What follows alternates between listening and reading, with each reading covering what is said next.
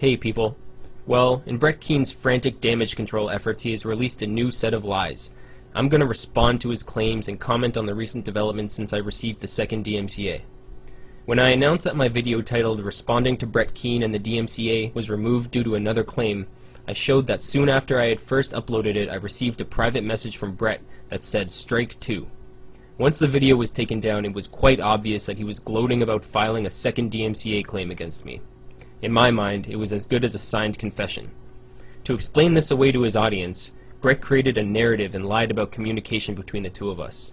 He said I was trolling his channel with insults and calling him a fat ass, and that is what caused him to send me a message.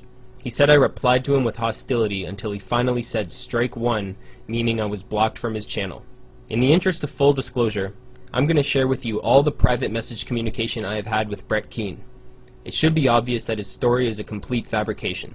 For starters, you'll see that his first message was not in regards to any trolling or commenting on his channel, but was sent the day my first video about him was posted and was in direct response to it. You'll also notice that my replies to him are civil and do not even remotely resemble Brett's portrayal. This is the first video I posted about Brett on May 7th, 2009, as you can see. Here is the very first message I received from him, also on May 7th, 2009. Of course, Brett could just insist that we had a host of communication prior to this, but I assure you we did not. You can see that this is the first page of my private message inbox.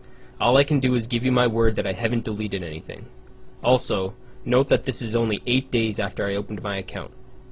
So Brett says, "Hello, don't know why you sent me this vid. I made it clear trolls don't get advertised. If you want to make a name for yourself, try a different approach. I don't see myself as a victim. Anytime you talk religion or government, you piss someone off. It's a part of life. If you want to refute any of my topics, I will approve that, but not personal drama crap. I talked with TJ and we came to an understanding as adults do. If you knew me, you would understand we had been friends once upon a time. Have a nice day." So here is my reply. This was a direct response to a video you removed. You don't have to accept it as a video response, of course, but that just makes you appear to be a coward on top of everything else. Have a nice day. And Brett's reply to me, "Sorry, but shit talk and stirring drama does not impress me. I hear worse from Muslims, LOL. Look, if you have an issue, then simply talk to me. I'm sure whatever problem may be, there is always a solution." My response to him? "The problems I have are clearly outlined in the video. I am countering your usual bullshit account of how you were suspended and providing the truth. If you want to try to hide from it, that's fine and not surprising." And this is the last message I received from Brett on his Stallion76 account. "Alright, tried to be nice and talk it out. Now you're proving to be less than adult. I have no interest in your secondhand trolling, kiddo. Bye." I was then blocked from his channel, which was a terrible tragedy. So now we can skip ahead a little bit. I posted my second video about Brett discussing the DMCA, responding to his disingenuous mischaracterizations of me, his accusation that I'm a Christian YouTuber named James, and challenging him to produce some very simple evidence to show that he had permission to return to YouTube and that his account was suspended due to false flagging. I posted this on May 26th, 2009.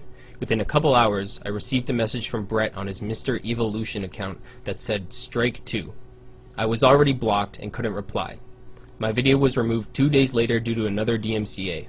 I announced it in a video that very night, showing the Strike 2 PM and saying that I no longer had any doubt whatsoever that Brett was behind these claims. When I got up the next morning, Brett had posted his fairy tale about what Strike 2 meant and had sent me this PM. Whether or not you choose to trust the information I am providing is of course your call.